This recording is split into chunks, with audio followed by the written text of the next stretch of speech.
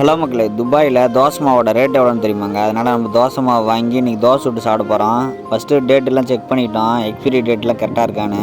ஒரு packet 4 grams வருது. இங்கே வந்து 1 ரூபா வந்து 1 கிராமு 2 கிராமு அப்படி தான் சொல்லுவாங்க. அதனால தான் இங்கே கிராம் கணக்கில் சொல்கிறது.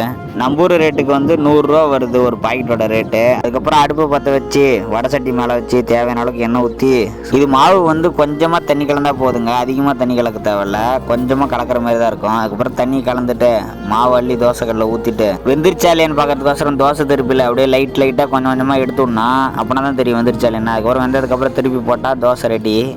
ஒரு பக்கம் நல்லா கருகலாக லைட்டாக கருகிற மாதிரி வந்ததுக்கப்புறம் இன்னொரு பக்கம் திருப்பி போட்டு எடுத்துகிட்டு வந்து சாப்பிட்டா டேஸ்ட் அப்படி இருக்குன்னு சொல்ல மாட்டேன், சாப்பிட்டு பார்த்துட்டு சொல்லுவேன். அதுக்கப்புறம் நாங்கள் தக்காளி சட்னி இதுக்கு வச்சுருந்தோம்.